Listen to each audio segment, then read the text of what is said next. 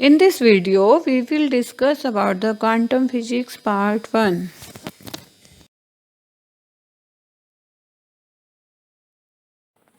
Physics deals with the study of behavior of physical systems under various conditions, study of nature of interactions between particles, constituents of physical systems, and the consequence. Almost all observed phenomena have been explained by invoking the laws of Newton mechanics or classical mechanics. Newtonian mechanics is the foundation of classical physics.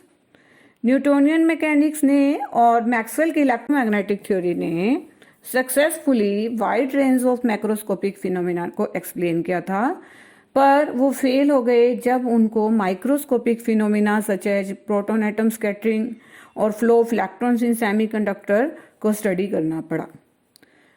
इनको study करने के लिए quantum mechanics जैसी successful scientific theory create की गई and completely change the view of the world. Classical physics fail हुई mainly black body radiation और photo electric effect को डेमोन्स्ट्रेट करने में। मैक्स प्लैंक और एल्बर्ट आइंस्टाइन ने इनकी एक्सप्लेनेशन बहुत अच्छे से दी। उनका क्वांटम हाइपोथेसिस फिनोमिनन को एक्सप्लेन कर पाया, जिसके कारण वो दोनों क्वांटम फिजिक्स के फाउंडर कहलाए जाने लगे।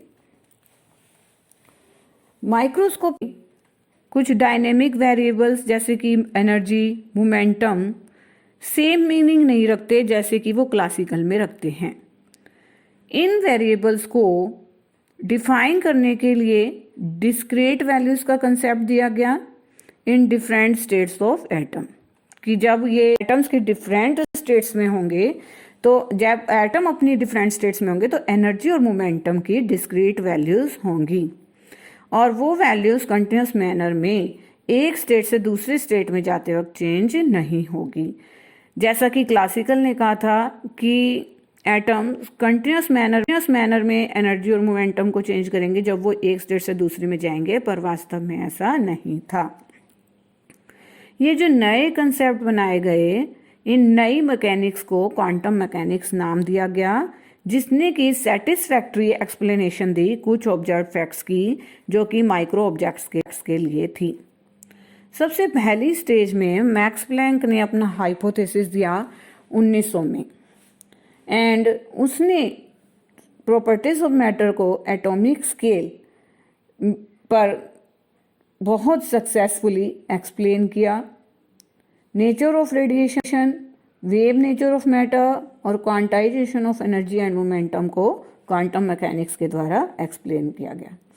जो कुछ खास डिस्कवरी हुई क्वांटम मैकेनिक्स में वो थी 1900 में मैक्स प्लैंक ने ये बताया कि रेडिएशन आर एमिटेड और absorbed by matter in discrete packets और quanta and every quanta have energy h nu, where h was the Planck's constant and nu is the frequency of radiation. This theory consisted of a mixture of classical and non-classical concepts and was not completely satisfactory. So the second stage began with the development of wave mechanics by Erwin Schrödinger in 1926.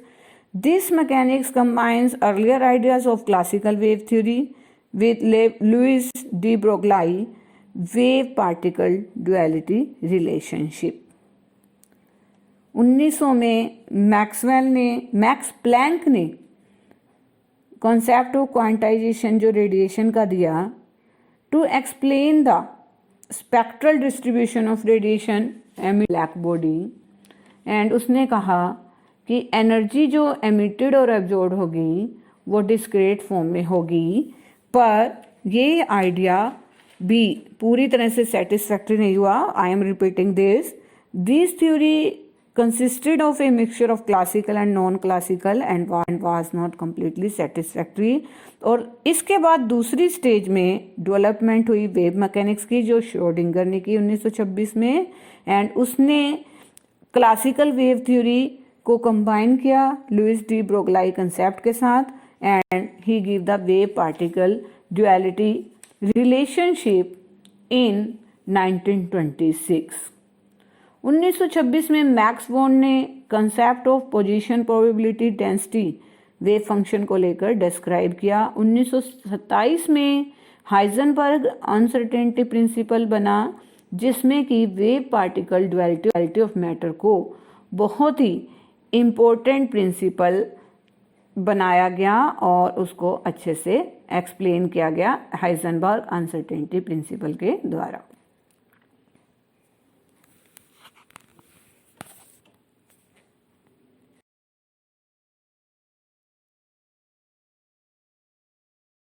Classical mechanics explained system which can be touched by and seen by simple instrument like microscope, telescope, etc. And it failed to describe the system of particles which are inaccessible to our senses. The results provided by classical mechanics do not agree well with the observed experimental data and properties of matter at atomic domain. Classical mechanics बहुत ज़्यादा strong gravitational field में भी fail हो जाती है। अगर बहुत ज़्यादा स्पीड से कोई सिस्टम ट्रैवल करता है, वहाँ भी क्लासिकल मैकेनिक्स फेल हो जाती है।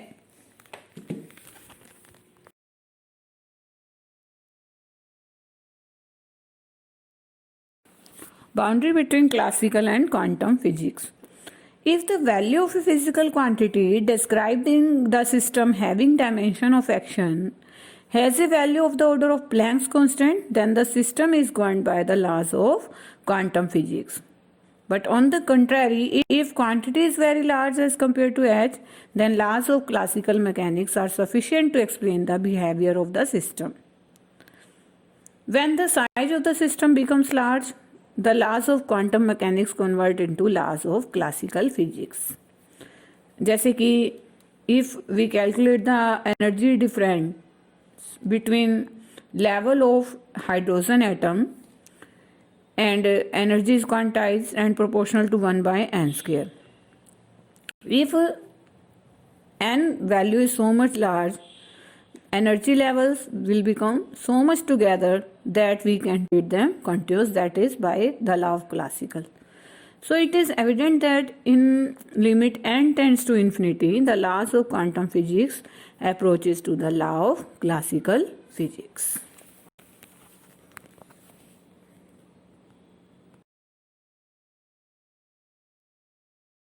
This diagram showing us the validity of classical mechanics. For the distances larger than 10 raised to power minus 9 meter and speed less than 3 into 10 raised to power 8 meter per second, classical mechanics hold good. And for the distances less than or near 10 raised to power minus 9 meter and at comparable speed of 3 into 10 raised to power 8 meter per second, quantum mechanics hold good. And the size and the distances where classical mechanics and quantum mechanics failed, the quantum field theory holds good for comparable to the speed of 3 into 10 raised to power 8 meter per second and size less than or comparable to 10 raised to power minus 9 meter. Failure of classical mechanics. Number 1, stable structure of an atom could not be explained. Line spectrum of hydrogen atom could not be explained. Spectrum of black body radiation, photoelectric effect, Compton effect, etc. not explained by classical mechanics. Rutherford, through his alpha particle scattering experiment, established that an atom consists of a heavy positively charged particle at its center, the so-called nucleus, and electrons revolve around the nucleus in different circular orbits, And so during revolution of an electron in its circular orbit, the direction of velocity changes continuously. So the revolving electron is continuously accelerated. But according to classical electrodynamics or electromagnetic theory, we can say if an accelerated charge particle radiates energy in the form of electromagnetic radiations, so it must decreases continuously its energy due to its loss in the form of electromagnetic radiation.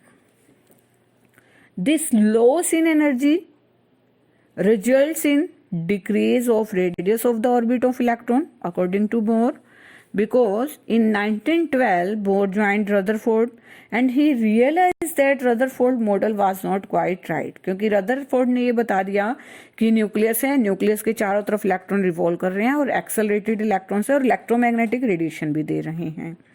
अगर electromagnetic theory के हिसाब से देखा जाए तो bore ने ये कहा, अगर इलेक्ट्रोमैग्नेटिक रेडिएशन थ्योरी के हिसाब से हम देखें, अगर इलेक्ट्रॉन ईएम रेडिएशन को एमिट करते हैं तो उनकी एनर्जी डिक्रीज हो रही है, और अगर एनर्जी डिक्रीज हो रही है तो उनको स्पाइरल पाथ ट्रैवल करना है, और स्पाइरल पाथ ट्रैवल करते हुए वो न्यूक्लियस पर आकर गिरेंगे एंड एटम कोलैप्स हो जाएगा।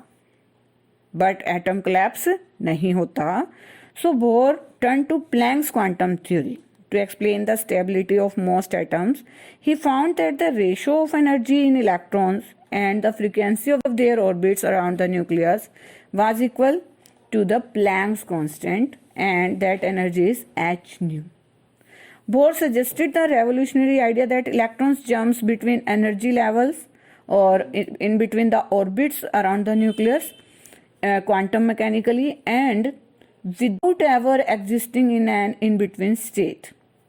Thus, when an atom absorbs or gives off energy, the electron jumps to the higher or lower orbits, and so Bohr resolved this problem in the 1912, and he proposed the quantum idea which had been proposed by Max Planck.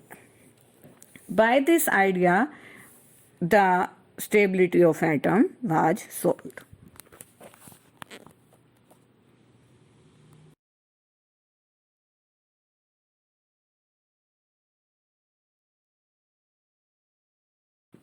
Line spectrum of hydrogen atom.